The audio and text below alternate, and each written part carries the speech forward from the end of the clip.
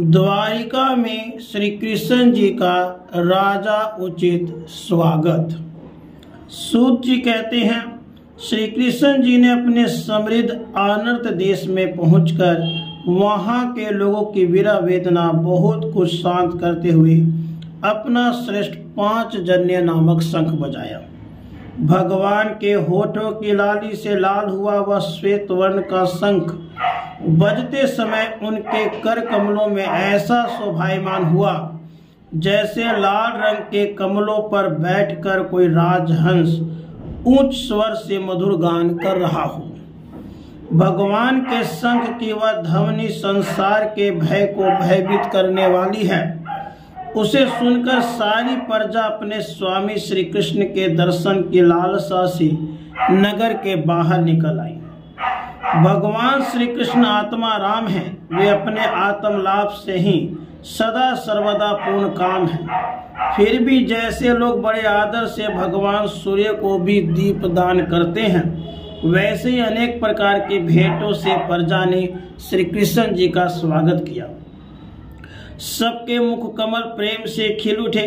वे हर्ष गदगद वाणी से सबके सुहृद और संरक्षक भगवान श्री कृष्ण की ठीक वैसे ही स्तुति करने लगे जैसे बालक अपने पिता से अपनी तोतली बोली में बातें करते हैं।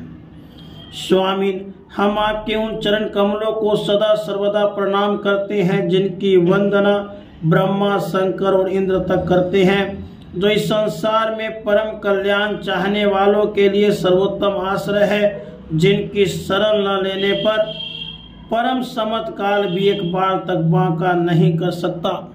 हे विश्व भावन, आप ही हमारे माता सुहृद स्वामी और पिता हैं। आप ही हमारे सदगुरु और परम आराध्य देव हैं। आपके चरणों की सेवा से हम कृतार्थ हो रहे हैं। आप ही हमारा कल्याण करें।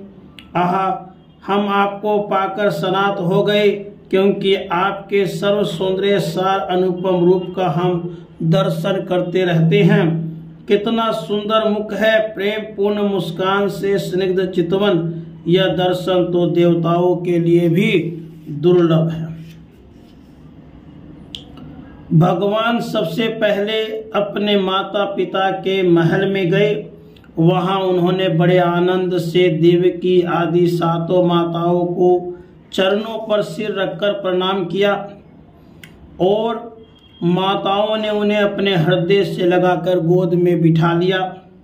स्नेह के कारण उनके स्तनों से दूध की धारा बहने लगी। उनका हृदय हर्ष से विह्वल हो गया और वे आनंद के आंसुओं से उनका अभिषेक करने लगी।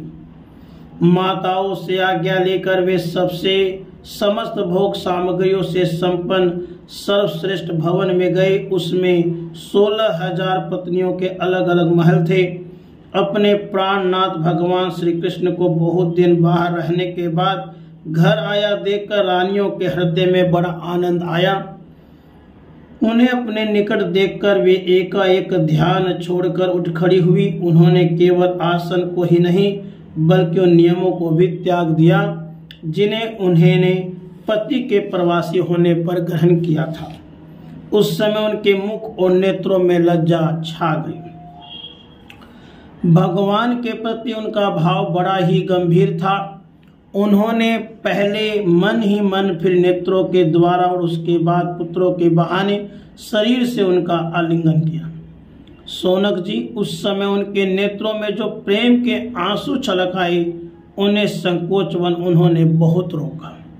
फिर भी विवशता के कारण वे ढलक ही गए। यद्यपि भगवान श्री कृष्ण एकांत में सर्वदा ही उनके पास रहते थे, फिर भी उनके चरण कमल उन्हें पद पद पर नए नए जान पड़ते। भला स्वभाव सही चंचल लक्ष्मी, जिन्हें एक क्षण के लिए भी कभी नहीं छोड़ती, उनकी सन्निधि से किस स्त्री की तृप्ति हो सकती है।